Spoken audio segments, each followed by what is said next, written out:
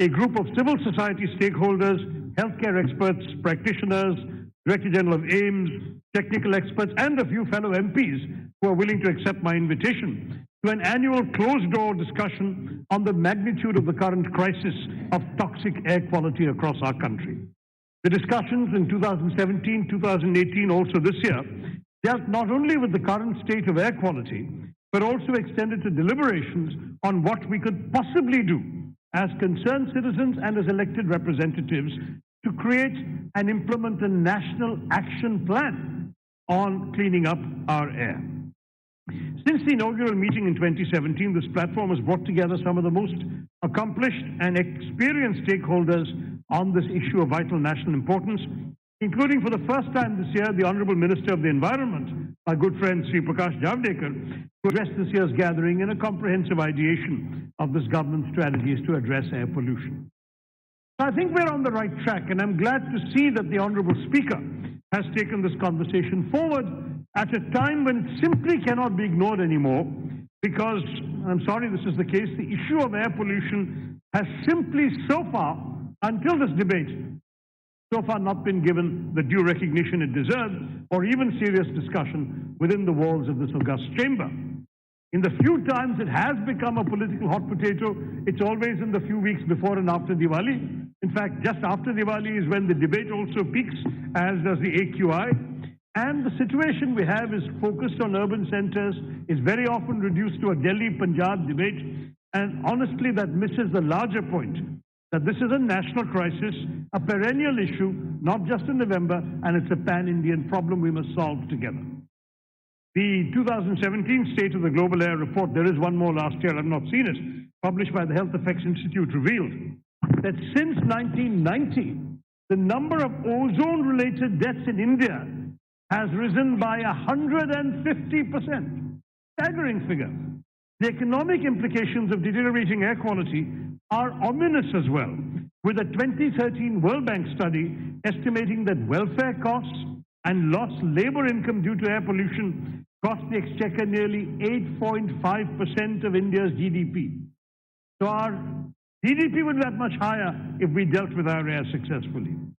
Labor losses due to air pollution, in terms of the number of man-days lost, for instance, resulted in an estimated calculated loss of $55.39 billion in a single year, and further premature deaths will cost our country an estimated $505 billion, or roughly 7.6% in this coming fiscal year. And the effect on our quality of life is also incalculable. We can't do it in numbers. But I remember when I was a student at Delhi University in the early 70s, September to February used to be the best months of the year. Today, let's face it, these are the worst months of the year. And we are in a situation in which I can talk about a diplomatic friend of mine who, after 3 years' service in Delhi, was taking his exit medical examination, and his doctor asked him, how many packs of cigarettes do you smoke every day? And the poor diplomat protested, I'm a non-smoker, never smoked in my life. And he said, your lungs show otherwise. And the poor chap had never lit up. He had merely been breathing Delhi's smoggy air 3 winters in a row. It really is that bad. The New York Times former India correspondent Gardner Harris wrote a famous, or perhaps to many of us a notorious, article in 2015, in which he explained why he was leaving his post prematurely. He says, merely living in Delhi is damaging my children's health. Describing the asthma and the travails of his 8-year-old son, Harris wrote that Delhi, and I quote, was suffering from a dire pediatric respiratory crisis, with a recent study showing that nearly half the city's 4.4 million school children have irreversible lung damage from the poisonous air. Irreversible lung damage, Mr. Chairman. He felt that he and other expatriates posted to Delhi were pursuing their careers at their children's expense. And he concluded that it was unethical for him and those who have a choice to willingly raise children here. He picked up his kids and left India and wrote about it. And this is the kind of thing that makes many, as Rajiv Pratap Rudy was mentioning, many foreigners hesitate to even come to our country. Rudy साहब कह रहा था कि जब लोग तिरुवनंतपुरम से दिल्ली आते हैं उनकी हाल क्या है। मैं बता सकता हूं, मैं तो हर हफ्ता आता हूं तिरुवनंतपुरम से दिल्ली, और मैं कहूंगा कि जब हवाई जहाज से उठाता हूं तो खांसी आती है, जब सांस लेता हूं तो खांसी आती है। That's the experience of all of us in Delhi, and this is the situation that we are finding ourselves in the nation's capital. The New York Times correspondent may have a choice. Unfortunately, MPs and most Indians don't. So a study was conducted by the Kolkata-based Chittaranjan National Cancer Institute, just of school children in Delhi between 4 and 17 years of age. And they found that the key indicators of respiratory health and lung function are markedly worse than their counterparts elsewhere. In fact, the figures are twice to 4 times as bad for children in Delhi than in other places. And according to the Cancer Institute, these are not reversible. So it is actually true to say that bringing up our children in Delhi is a crime against our children. Toxic air quality is a silent killer, and today in India, the air we breathe has itself become a public health crisis, one that is slowly but surely crippling our country.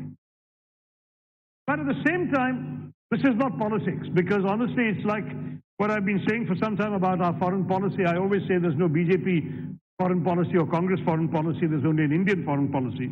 And so too with air quality. Our political differences on the subject have to end where the stratosphere begins, because you and I and all the other members from other parties are breathing the same air. There is only one Indian air quality. Currently it's pretty bad, and we need to address its toxicity together.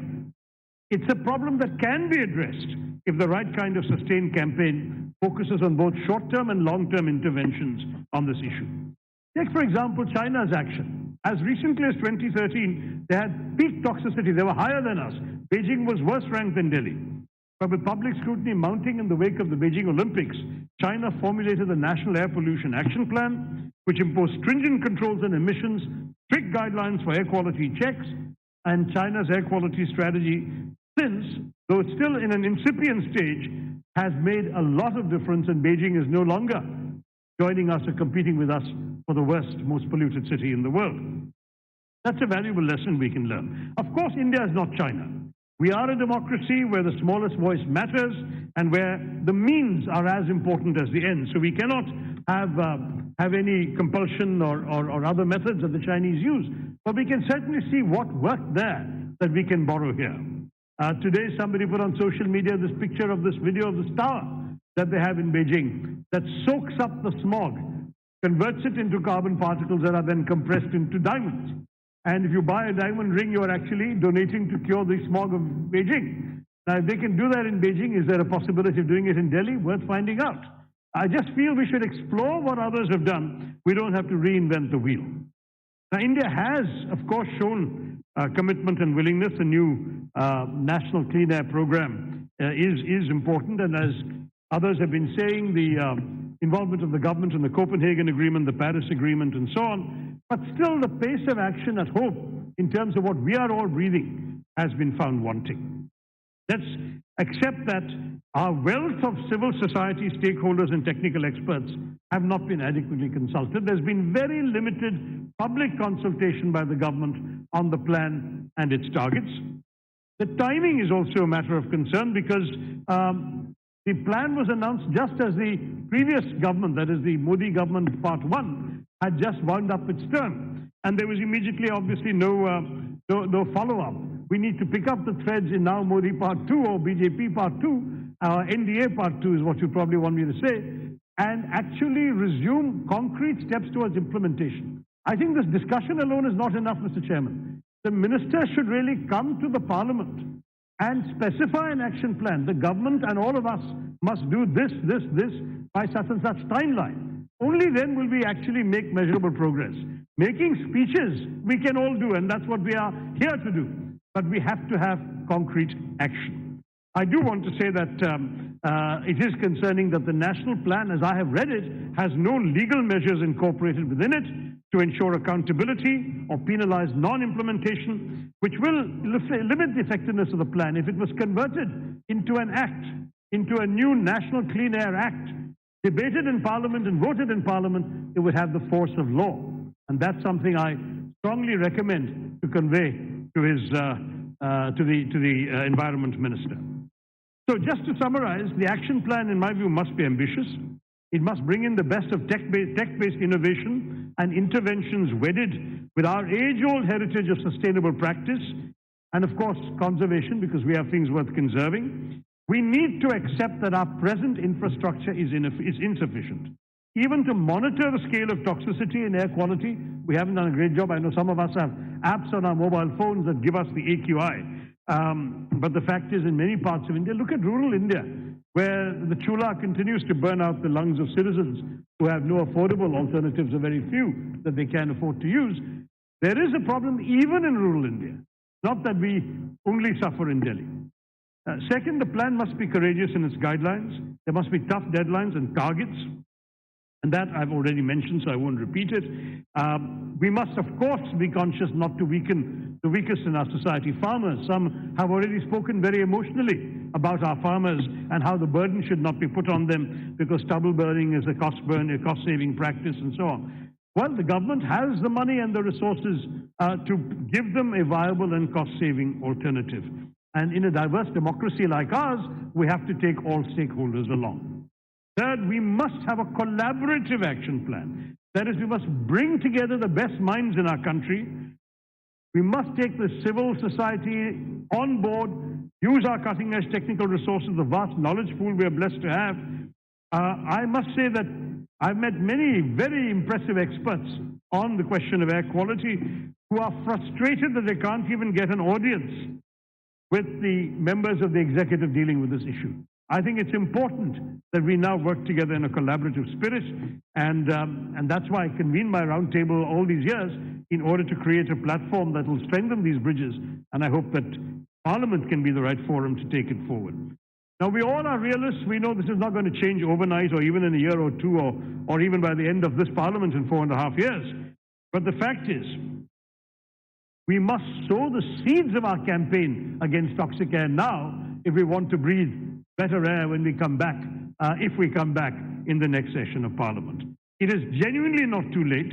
The fact is that this national crisis cannot just be confronted after Diwali or in the winter months. It is extremely important that we understand the urgency of this as well as the widespread impact that our actions need to have and should have across the country. I do want to stress it's not just an environmental issue. Only the Environment Minister is listening to our debate, but it's also a national health issue. Many of our doctors, as I mentioned, the Director General of AIIMS was in, I'm just concluding, sir. The Director General of AIIMS is an expert in respiratory illnesses. Doctors have testified on what the health crisis is on this issue. It's an economic and development issue, as I gave you the figures from the World Bank. It's an issue of how India consumes, how India travels. It's also an issue that is central to the future of our country. So I hope that we will come up with equitable solutions, that we come up with collaborative solutions, that we find the political will for a legislative approach to implementing an effective national clean air policy. And I do want finally to say that I believe we have the will and the capacity. Don't forget what the British had reduced us to by 1947 and how we have climbed up from then to what we are today. We were a poster child for poverty, disease, destitution. Today we are a thriving economy and society.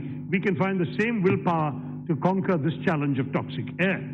I do believe that since this is something that affects all of us, we should work together. And in many ways, just as for John F. Kennedy, the moonshot was the great aspiration of his generation, I would urge that we make cleaning up our air the moonshot of our times so that we finally are in a position to give our children and grandchildren decent air to breathe in a country of which we can be proud and live in health and contentment. Thank you, Mr. Chairman. Jai Hind.